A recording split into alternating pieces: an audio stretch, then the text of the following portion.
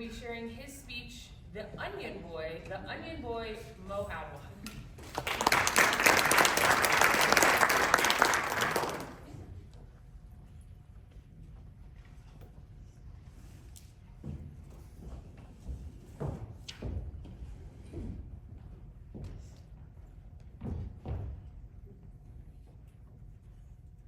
I was 6 years old when I was playing games with my brother and sister outside. And we were having so much fun. And my mom steps outside and says, "They're coming." She looked at us again and said, "I said they're coming." Now to any 6-year-old, "they're coming" means family member, maybe Santa Claus. Nowadays it's delivery food delivery. But to us, as a 6-year-old Palestinian, it means very different. It means you have to go inside very fast and not look through a window and hide under a desk for as long as you hear gunshots. That's what "they're coming" means to me. At that point, my sister and my brother went inside and they listened to my mom. However, she told me, "Not you, you're staying out. You're not a young boy anymore."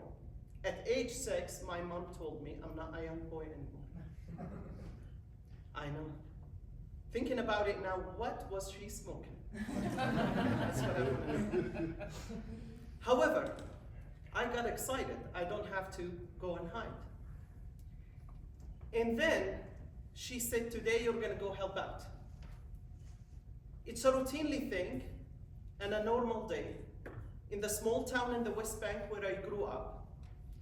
Usually early afternoon, you hear gunshots and you see Israeli military vehicles coming through, shooting tear gas and bullets out in the open to arrest, most of the time, kids under age 18. And it's the same exact story almost every week that we become numb to it. Because you'll find people start protesting and throwing rocks at them, and usually it lasts 3 to 5 hours. They go away until next week. But that day I had a mission, and my mission was to carry a bunch of onions that cut in half in a bag and go to the protest, because I'm not young anymore, and sit on the side and wait till they start shooting tear gas and hand those onions to people who needs it. Now, to be an onion boy, I realize you have to know 3 things.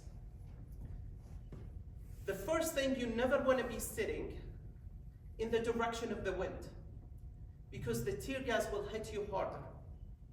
The second thing, when somebody gets hit, they cannot touch their face or their eyes, because it makes it 10 times worse. The third thing that you need to know is you cannot wash your face with water, because it makes it 10 times worse as well. So I started my mission. I sat under a tree and I'm waiting till I see some victims so I can be helpful. And the way I strategize my position is to hold always 2 pieces at the same exact time. One for myself as I'm running in to hand one of the pieces of the onion to somebody who needs it, and one at my face to make sure I'm protecting myself. Now, there's no science behind it that onion will protect tear gas, but somehow she thought that's the only solution out there. And I did that so perfectly that day that I was known the Onion Boy. Also, as the Onion Boy, you must know and keep a track of your inventory. I had only 12 pieces. Sometimes when a tear gas bomb hits, which is like a baseball, it goes so fast and rotates and diffuses everything, so multiple people could be affected at the same exact moment.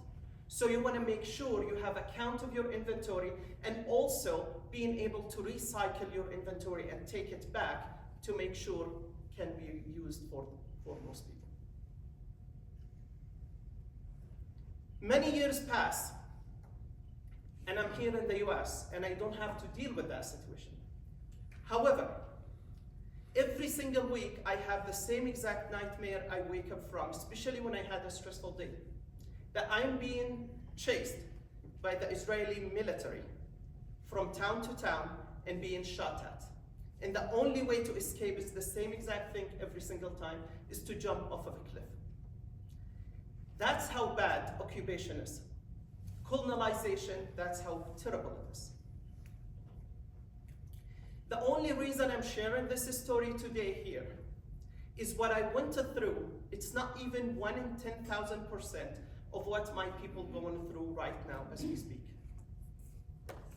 In fact, they will wish to be an onion boy and deal with that. I just learned a new term from one of my employees that start to surface. It's called family switching. And family switching is being used widely in Gaza right now as we speak, because you don't know which neighborhood will be hit, unfortunately, with our military and weapons that we support. So what they do, most families right now do, they separate the family members. If you have 4 kids, you will send 2 of your kids to a different neighborhood to live with another family, and they will do the same, because you don't know which neighborhood is gonna get hit. That way you have better chances of survival, at least a few members of the family. The reason also I'm sharing this story, because I want to share hope. For the first time in my life, I felt the whole world, especially in the Jewish community, saying, not in my name. Do not kill people in my name. Thousands of rabbis around the world, hundreds of thousands of young Jewish people saying, not in my name. We've been applied for too long to support a whole Holocaust that we went through in our lifetime. And we don't know that. We don't want that. My second part of this message is to the American people to say, not in my tax money, to drop a $3 million bomb on a household their income, annual income is less than $1,000. That's just not right.